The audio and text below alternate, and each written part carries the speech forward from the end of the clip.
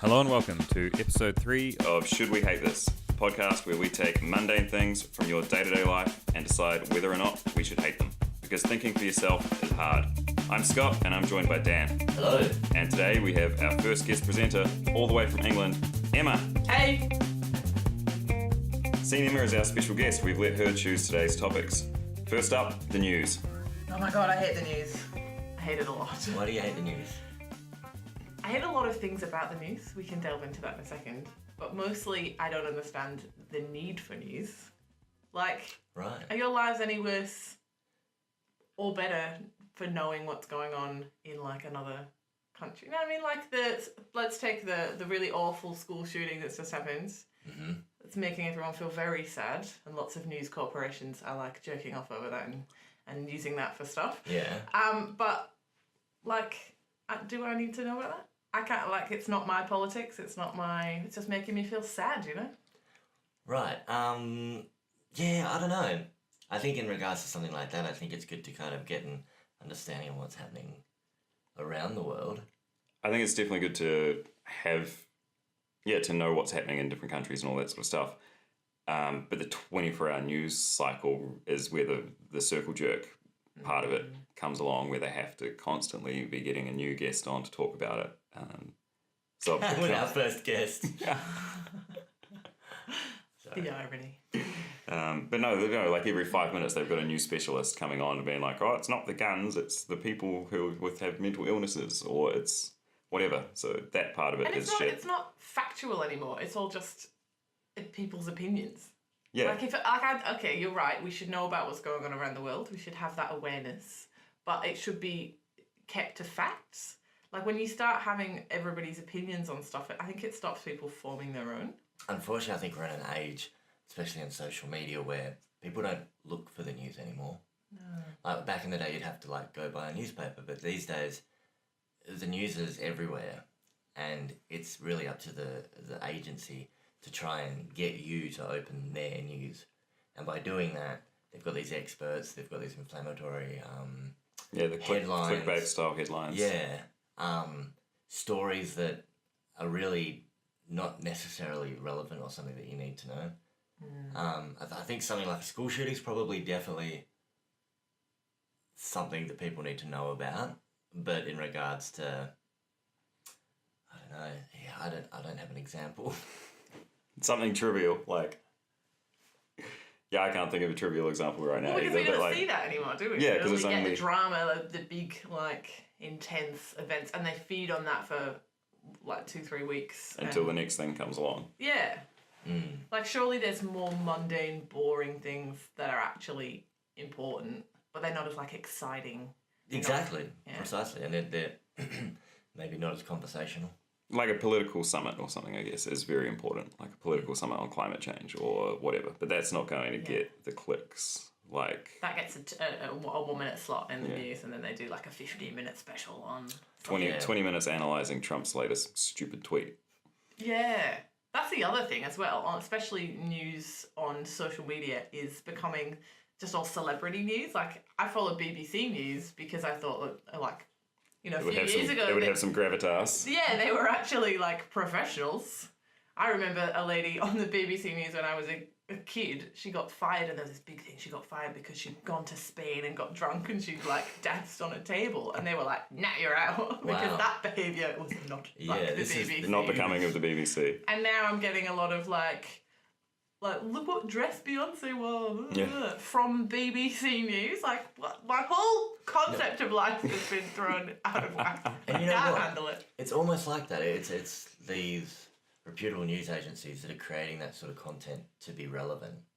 Because if they're just giving out, like, factual news that people need to know, it's because it became a ratings war. Even before clickbait and Facebook and all that, because of the 24-hour news cycle, they were competing to make sure you're watching CNN, not Fox.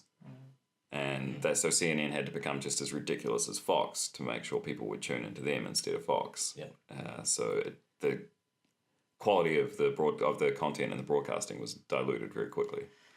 Where's their integrity? That's what I want to know. You've got viewers, but, like, surely you wanted viewers to do your job, and now you're not doing your job, and you have viewers. It's like absolutely, but unfortunately, in the age that we're in, integrity is very.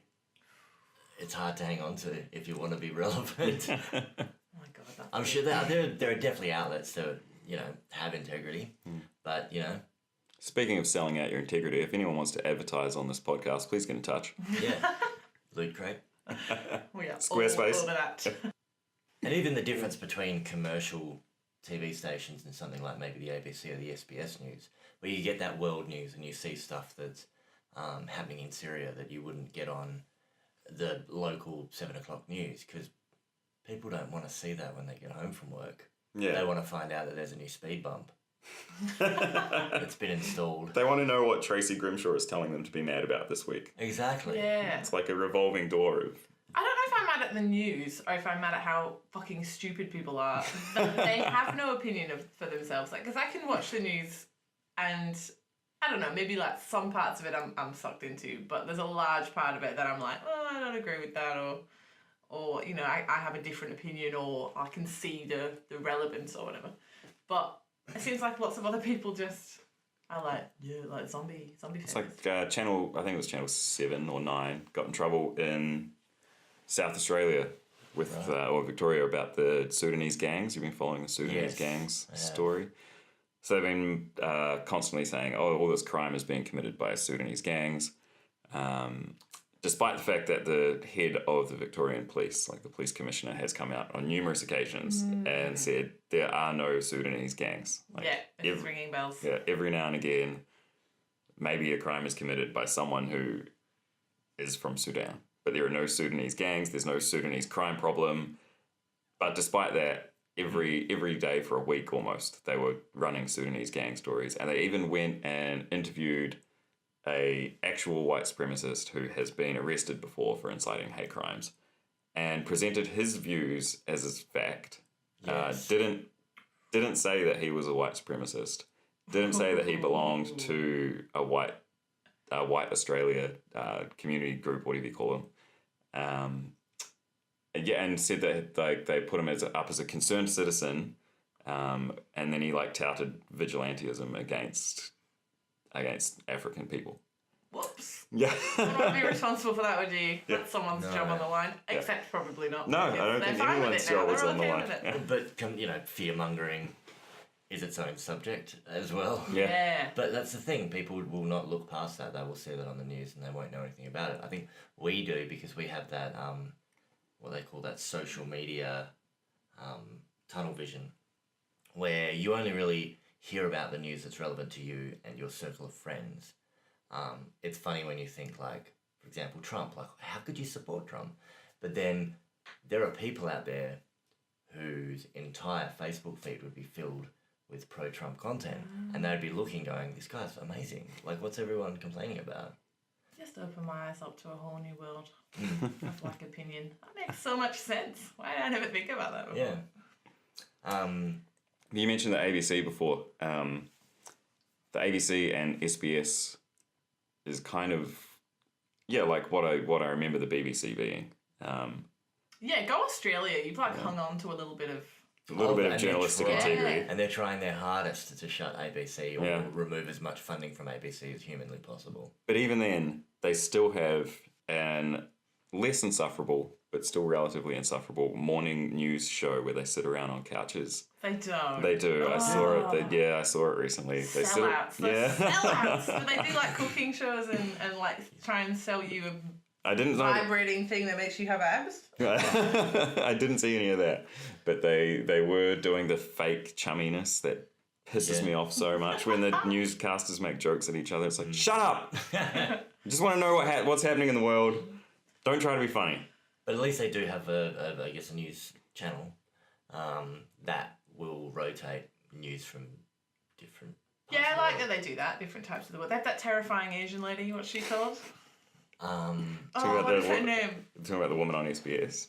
Yes, yeah. She's incredible. I've just stopped channels. Yeah. I don't remember. Oh yeah, I love her, but she's like, can you imagine having a fight with her? Like, had a few too many drinks in a bar, you bump into her, she spills her martini, you would be out of there. I love the. She has amazing dress sense, that lady. Dan's got a crush. Yeah, you're really into her. The English language German news. Have you ever watched that? No. That's intense. Germans have an intense way of delivering the news. I guess this shouldn't come as a surprise for anybody, but... What's the place that's famous for having the, naked / barely naked? That's... Like Sweden, Mexico maybe. or somewhere. Oh, yeah, I've heard of a few different ones, naked news, yeah. They tried it in New Zealand for a while. There was like an alternative TV channel. It was mostly a music channel. In fact, it was called Alt TV. Right. And they tried for a while to have naked news. It didn't really last. No one really cared. Yeah. We live in the age of the internet. If people want to see porn, they'll just watch porn. Yeah. All right, I want to go back to fear mongering because I think that's a hot topic. Okay. That gets my blood going. So dealing with teenagers, I don't know if you find this a lot, Scott, but do you find that like lots of kids are terrified of like the world ending or Yes. like war, and like where are they getting that opinion from? It's from fucking Channel 7 News that's on in the background while they're eating dinner or whatever.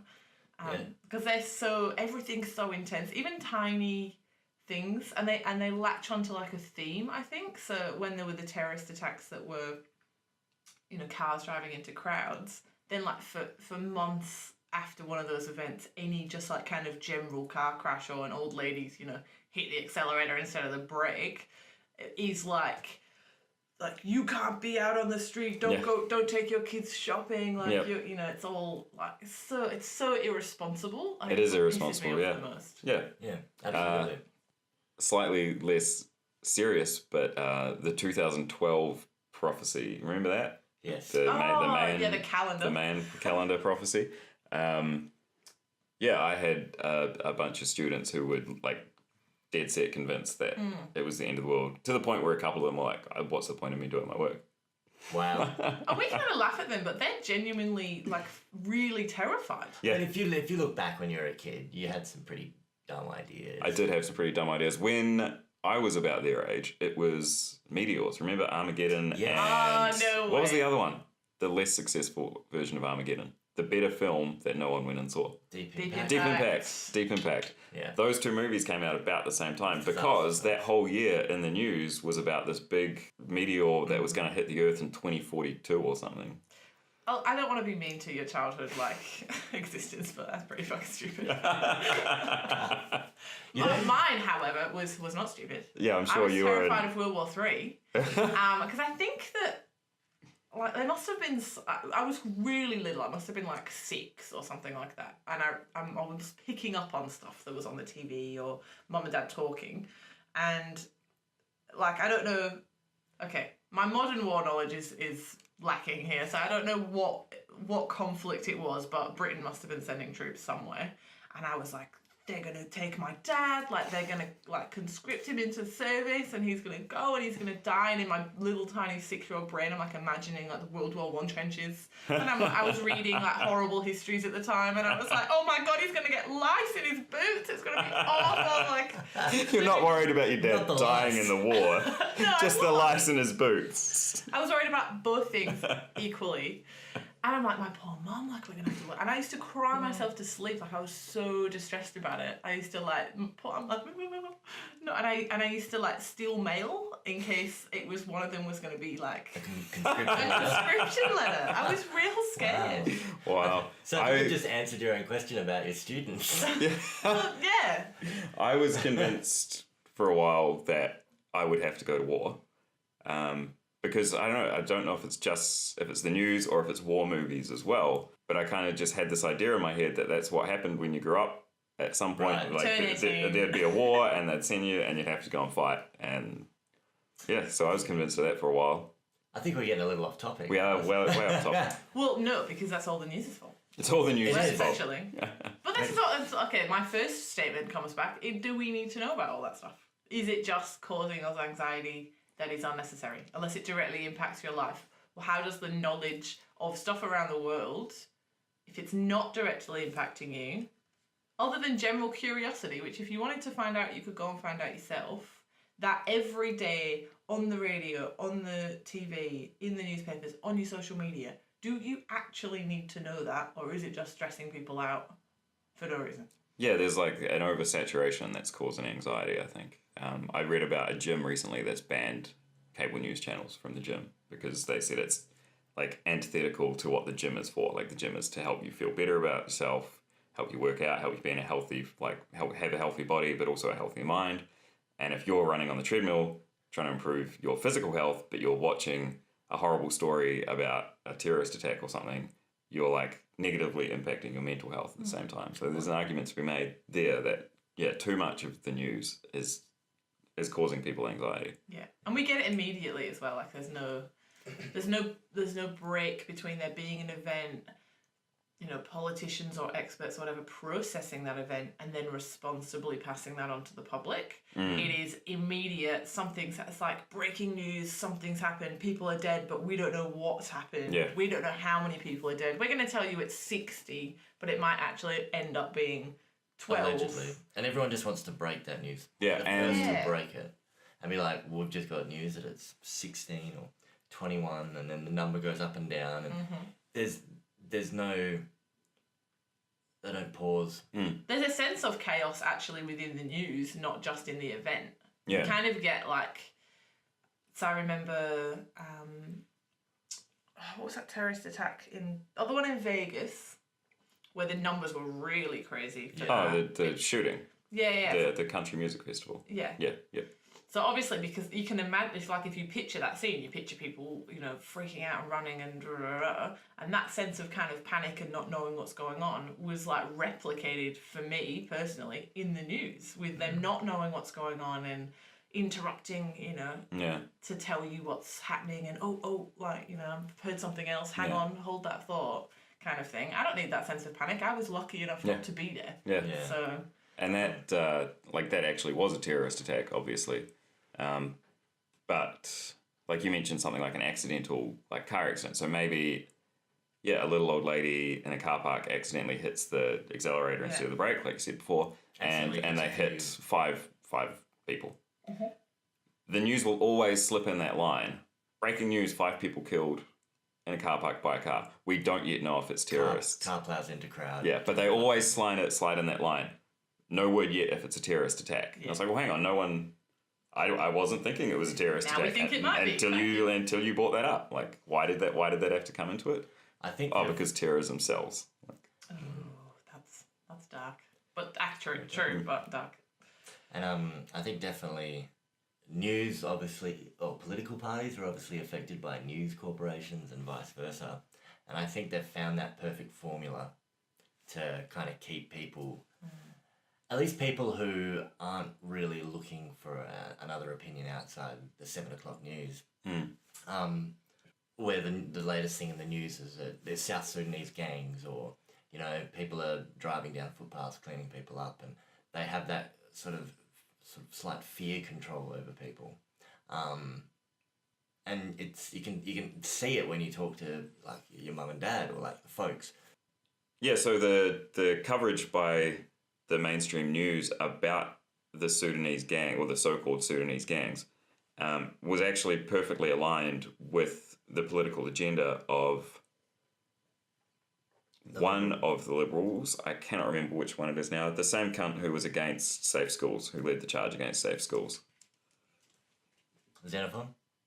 No, I don't think it's Xenophon. Some asshole in the Liberals was like leading like a tough on crime campaign. Like tough on crime, people in Victoria are too scared to leave their houses because of these South Sudanese gangs, and the mainstream media in that state was echoing exactly what he was saying. So yeah, there's a direct correlation there between a political agenda and the media. It's getting very conspiracy theory podcast-like, but I'm a bit into it. So what's our final opinion? Should we hate the news? Is the news a resource that we need to have to understand what's going on in the world around us that's being abused? I mean, this is such a huge topic. We could talk about this for a few more hours easily, but so far, like, the news is, I still think it's necessary, but I think there's too much of it.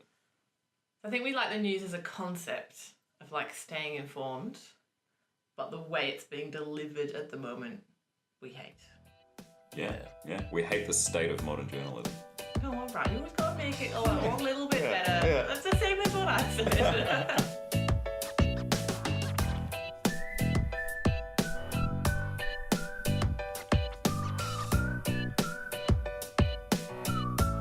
Okay, time for part 2. Sports cars.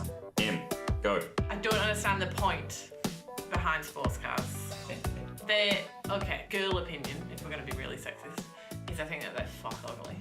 Most of them, for the start. But then also, like, you can't drive that fast. Why do you need a car that drives that fast? Because there's nowhere where you can drive that fast. I knew you were going to say that. A really, really fun subject, because Scott, you have a soft spot for sports cars. I do have a soft spot for sports cars. Which is weird, because you're normally so logical, you know? Yeah.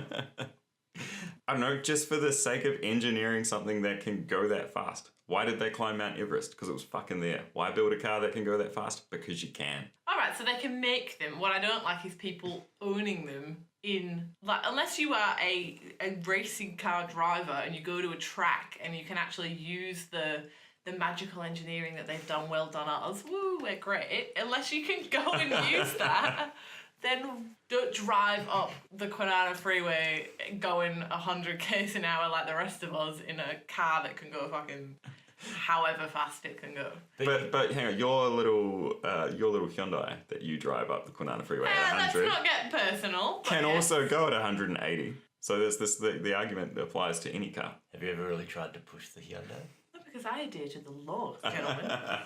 I've seen you drive. Okay, I don't always adhere strictly to the law, but I'm not, like, endangering others. Yeah, alright, so if it's not speed and the fact that it can go fast, what's so impressive about it? Oh, listen to that silence speaking volumes. Well, I've already mentioned just the engineering in general, like constantly pushing to see how fast you can make a car go, and still package it as a relatively comfortable road car. Most of those cars aren't actually that comfortable, though. Once you start pushing them to get that fast, the suspension has to be so hard that you wouldn't want to sit in them for very long. Yeah, and also weight as well is probably definitely a factor. I mean, I'm absolutely no expert in cars, so I don't know how good I'm going to be at this argument, but I'll discuss it from an outside point of view. Well, the weight thing does come into it, because, like, to push them to go that fast, you do have to start making them lighter, and it gets to the point where they become impractical. Like, you couldn't take them away. You couldn't go away. You couldn't go away for the weekend because there's not enough space to put one suitcase. Can't pop your shopping in when you're leaving Coles. Yeah. Sorry guys, Dad's going away for the weekend. But I guess, like, maybe, what about the spectacle of sports cars? Going down to, like, maybe the V8s or the drags or something like that. Is that something that would interest you? No, because they're going round and round and round in circles. I think something like NASCAR. Okay, the round and round in circles drives me nuts, because I used to be one of those people you just described who had a car that was just for taking out to the racetrack, and it's hard to drive a car that fast around a course. Like, it's not just like sitting there like you are when you're driving down the freeway. There is a lot of stuff going on that you have to be aware of, that you have to be able to do. Like, it's not just driving around in circles. Okay, I'm going to say something you're really not going to like, but it is what I genuinely believe. So my granddad used to watch lots of, I don't know, Formula 1 or whatever, and that used to really drive me nuts that they would describe them as athletes. Right. Because it's not athleticism like your body's ability to be, like, physically awesome. I can run really far, I can jump really high, I can punch someone really hard, like, whatever. Surely the car is doing all of the work. You are just assisting it. I don't know about that. There's definitely some sort of the athleticism that comes into a sport like Formula 1 is training your body for endurance. So is an astronaut an athlete? I'd say Possibly. yeah, essentially. Wrong. But I think, No. but no, in regards to like job descriptions, I think athlete, astronaut. No, Dan, no one can see you. No one can see you stacking your hands to show that an astronaut is above an athlete. That's Yeah. use your words, don't you? Use your words. But the endurance factor is they're driving these cars. A Formula One race is usually 2 hours, roundabout, and it's the G-force that they're working against is a big part of it. So as they're going around some of these corners at hundreds of miles an hour, the G-forces are pushing their body out to the side of the car. So one of the main training stuff they do is core training, so they can actually hold their head straight as 5 G's of force is pushing them across the seat. On top of that, just having that to the millisecond attention of the reaction times, time of Yeah, right. knowing I'll buy what's that. going on in the car, I'll take that one. controlling something and knowing that any turn you might miss or tap of the brake you might miss could send your car Off the track into Well, someone that's else's also it. car. Danger factor. Yeah, motorsports is dangerous. Yeah, but I mean, there's a danger in every sport. But it's not as it's Maybe not curling. keeping Formula. hey, curling is a sport of kings. They've been progressively working at trying to make it less and less dangerous. Formula One as it is today is a much less dangerous sport than Formula One in the golden era in the 50s and 60s. Yeah. When people regularly died and caused fire. Fell out of the car. Yeah. Yeah. I just think it's so boring. That's fine. I think figure skating's boring. They're so majestic. I guess there's some majestism to Majesty? watching a I think car. the word is majesty. There's some majestism. I'm pretty sure that's the word. To watching cars weave around a track. It's like You're painting a beautiful picture. a ballet. Exactly. Oh, ballet It's a of ballet machinery. of engineering and machinery and Okay, so human will. human core strength. Yeah, but okay, so we're talking about Formula One, but I think you started off just talking about why should Joe Bloggs own a sports car? Oh yeah, no, that's still not a thing that should happen ever. You don't own a racetrack. You're not taking that car to a racetrack. You're not using it for if we're applauding the engineering behind somebody's carefully calibrated the weight and the positioning and it's got the carbon fiber bloody body or whatever that makes it so awesome and makes it worth $350,000, then parking it in your garage and barely using it, which is probably what happens. You're not driving that car to work, are you? Then when you do drive it, you're stuck to the laws. And if you're not sticking to the laws, then you're just being an idiot and endangering everyone. So no, you shouldn't be allowed to own it and just that seems Okay, I was pointless. partially on board with some of what you were saying then. I also don't like people who buy them as a status symbol. I don't like someone who buys it just because they can show, oh, look at this car that cost me $300,000 and then it sits in their garage and doesn't get used because it should be getting used. If you've paid that much money for a car that can perform like that, you should let it perform. You should let it soar. Let it run free. If you love it, set it free. guys. Exactly. What was your second point? Oh, driving like an idiot on the freeway. Or in general. Nah, there's not as on board with that. I reckon I firmly believe the speed limit on the freeway is too low in the first place. No, I do too, but I don't think it should be raised to the levels that those cars can get to. Yeah, that's true. You know what I mean? If if that was my the core case, Hyundai is... You do it 180. yeah. You get places a lot quicker. I would get places a lot quicker, but there's still going to be some moron in a Doing 200. Ferrari that's going to absolutely kill. Although, I feel like those lightweight cars smashing into my car, I might win.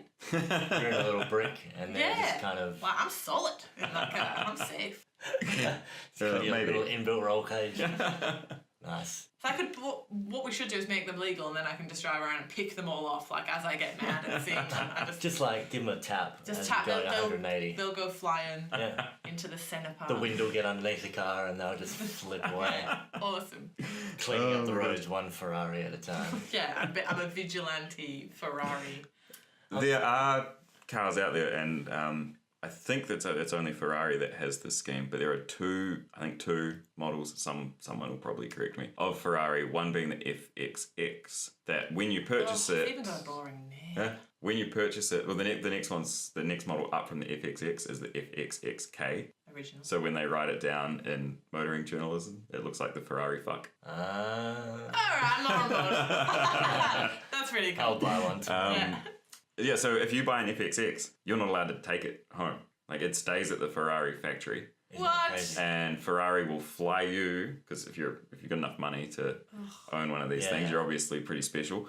Ferrari will fly you to Italy, to the factory, and then you get to like spend a day with your Ferrari that you paid $500,000 for, and you get to drive it round in circles on the Ferrari test track, and then go back home and like back to your life. You know what's actually happening there is that they own one of those Ferraris. They're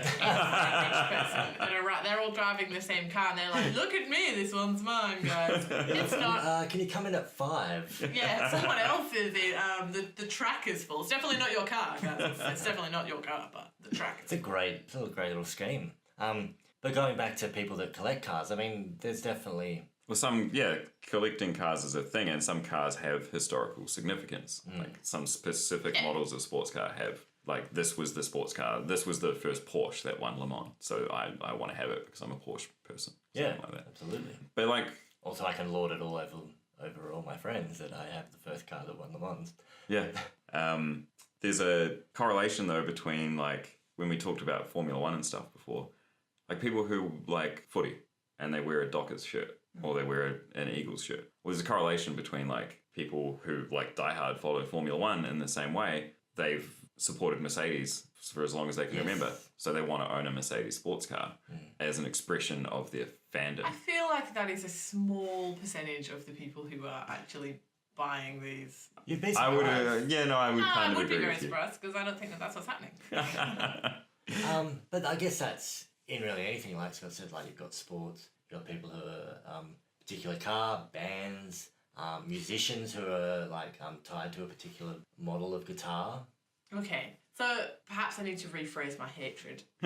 If you're a genuine collector, you're appreciating the engineering. Yeah, you are really hardcore into a certain period of history and you want all the cars that are from then, or you're into, I don't know, a particular race, or I clearly know nothing about this. Then that's fine. You're a collector. Like, I don't get people who collect coins and stamps and shit like that, but that's their business, that's fine.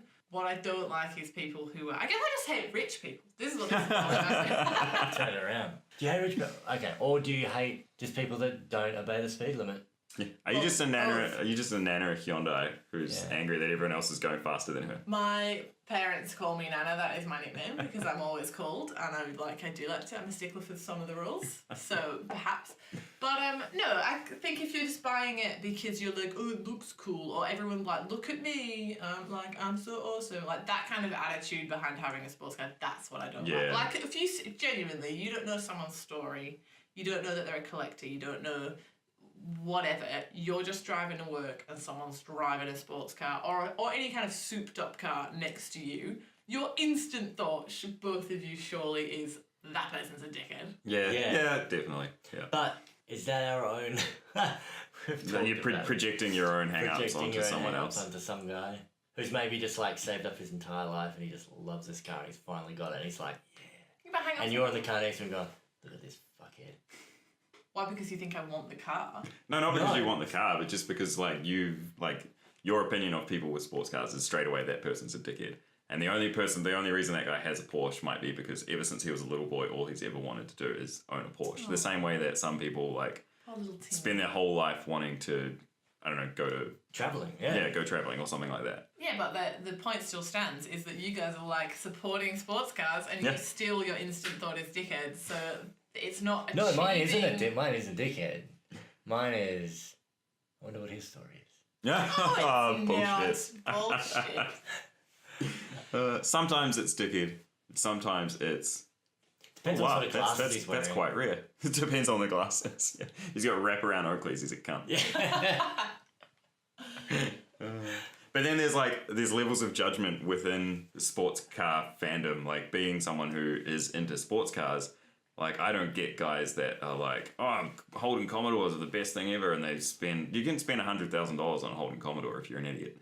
And yeah, I get that they're part of the V8 supercars and all that, but it's just a big fucking taxi. Like it's You nothing. can't pick the one. You're either pro sports cars or you're against sports cars. No, So you I cannot can. be, I you can't be can. like I can pro do Porsches. whatever I want. You know. Oh. Well, you're just helping my argument. That's all. I think with the people there is definitely going back to like sitting and seeing the person in the car next to you. There's such a fine line. It'll like if they're too young, Yeah. probably an idiot. That makes me mad. If they're maybe in their 40s or 50s, it's a midlife crisis. That's if a they're a bit bright too red old, 911 midlife crisis. They're a bit yeah. too like if they're kind of maybe 60s, then I don't know, maybe that's the free pass. So you can only appreciate a good sports car if you're old. If you're an old white man. Yeah, an old white man. Oh, Jesus. Dan, again. Really young people in. You could have a really young girl on the passenger seat. Oh. Double down, Dan. Double down. Yeah, really young people makes me mad in sports cars, mostly because I'm like, how the fuck can you afford that? You're like 20. Jealousy. Yeah, that's straight up jealousy. Yeah. Which happens a lot. There's a lot of 25-year-old guys driving around in Porsches and shit in Claremont, but I always just make myself feel better by saying this is Dad's car. Yeah. Maybe they've dreamed about it since Maybe they have. Maybe Maybe they your have. story. Maybe you should just get out and have a coffee with him, Yeah. have a chat. Well, he's And he still might be one of able to those, tell so- you about his bitcoins that he cashed in on. Oh. Okay, well, so in conclusion, should we hate sports cars? Yes. No. I think so. Yes. No. Yes. I'm never going to hate sports cars, no matter what you tell me. I don't think I hate sports cars. I don't hate them. Okay, I will concede a little bit. I don't hate them as a sporting implement. They can be, I right at the appreciate name, the isn't it? sport of it. That's fine. I watch the Olympics. I'm into that. Sports cars aren't in the Olympics. No, I know. Sports in general. Any sporting activity, I'm fine with. And cars can be part of that. Well, I don't think that the general public should own them. So we do you should hate. So should we general all public. just wear blue jumpsuits as well? So figure skating, like Maybe that's a bashing on sport. figure skating. Figure skating's a sport, but do you really need to be figure skating if just for fun? Yeah, should recreational ice skating be banned? No, because you are able to push your personal figure skating / ice skating and falling over to your limits, aren't you? You can do it as hard as you like in the public arenas, but you can't use that sports car to its So your argument is limits. you can't push the sports car to its limits without endangering So someone what's the else. point? Yeah. Is in the general public. If you can't use it for what it's actually being designed for, if you're only using it to get from A to B, to go to work, to pick up your shopping, whatever, then you don't need a sports car. What if you just Why skate do on the you weekend? own nice clothes? I don't. I've seen you wearing nice clothes, So what if you could just wear a burlap sack everywhere you go? Why would you bother owning nice clothes? No, but I don't buy, like, I live, I don't want to finish that sentence. I was about to say, I live within my means. I don't buy a handbag that's $5,000 and only take it to special places. Oh, no, this is going nowhere. But yeah, I would make the same argument that a sports car could be like part of your personal expression of who you are, of yourself. The same way that wearing a certain brand of jeans or a certain shirt or whatever is part of you. But Buying a sports car is a way of expressing But the yourself. sports part of it, what makes it a sports car, but like you wouldn't describe my car as a sports car. No, It's I just a car. definitely not. It's just a regular old car. But at some point in history, that car was the pretty great car. No, it wasn't. Thank you. No, it wasn't. Even brand new, they weren't. Picture it on one of those rotating things at a car show. But no, what I'm trying to get at is that When does it become sports? That's what I'm trying to get at. When do you put well, the actually, sports part before it? sports car itself has like a really narrow definition. Actually, not all fast and performance cars are sports cars. The like actual definition of a sports car is like 2 doors, rear wheel drive, front engine. That's a sports car. So some of the like really crazy hypercars like the Lamborghinis and stuff don't technically fit that definition of a sports car. But that's besides the point. What I'm trying to say is, regardless of whether you get to use all of that car's performance on the road, you should still be able to buy one as part of expressing who you are. Yes, I agree with that.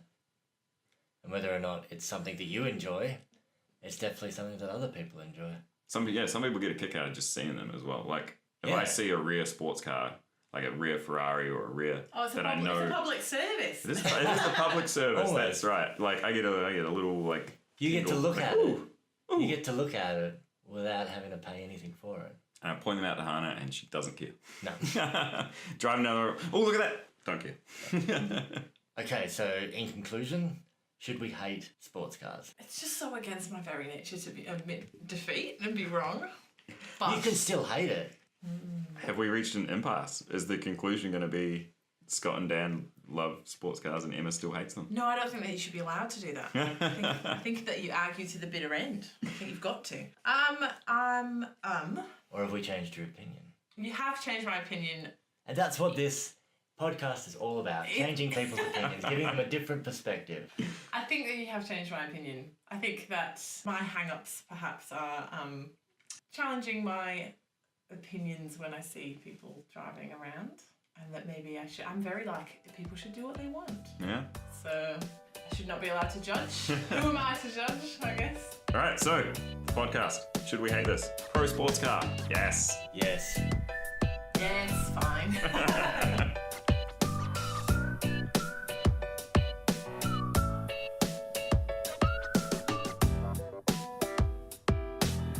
Thanks for listening to episode 3 of Should We Hate This? In summary, the news. We don't hate the news. I think we just hate the state of the news. All right, and sports cars. Do we hate sports cars, Em? No. No, we Bloody don't. love We love sports cars, and we're all going to go buy one after we finish recording. Okay, time for the quickfire round. What do you hate, Dan? I hate those new little Bluetooth iPod headphones. You know, the ones that look like if you sneeze, they're going down the drain. Awesome. What do you love? I love the Perth Fringe Festival. It's incredible. Amazing people, amazing acts, everything. Unfortunately, tonight's the last night, so I'm going to miss it. Can't wait for next year. Yes. All right, what do you hate, Em? I hate at the moment the most people who, like celebrities who are endorsing products like it's going to make you skinny or thin, and they're like preying on the vulnerable fat people of the world. Makes me really mad. Yeah, I can get on board with that. All right, what do you love, Em? I love airports. Really? Yeah. Everything about an airport. I love the people. Yeah. I love getting patted down by security. I'm super into the cafe culture. I'm all over it. I love an airport. Awesome. Scott, what do you hate? That stupid TV show where you watch other people watch TV. What's that? No. Gogglebox? Yeah, that one. I love it. It's so funny. No, I'm Have not, you watched it? I'm No, on I board with haven't. you, Scott. That's horrible. I Have haven't you watched it? Never, but I don't want to watch it out of principle. I don't want to watch a show where I'm watching someone else watch a show. yeah. Moving on. What do you love?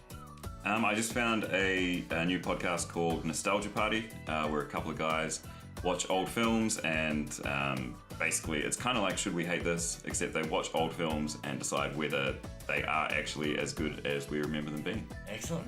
Fantastic. Check it out. Okay, thanks very much for listening to our show. Let us know how you feel about today's topics, or suggest your own via our socials. You can find us on Facebook and Instagram at Should We Hate This, or on Twitter at SWHD Podcast. Look out for our next episode wherever you get your podcasts. See you next time. Catch you later. Thanks for having me, guys. No worries. Pleasure.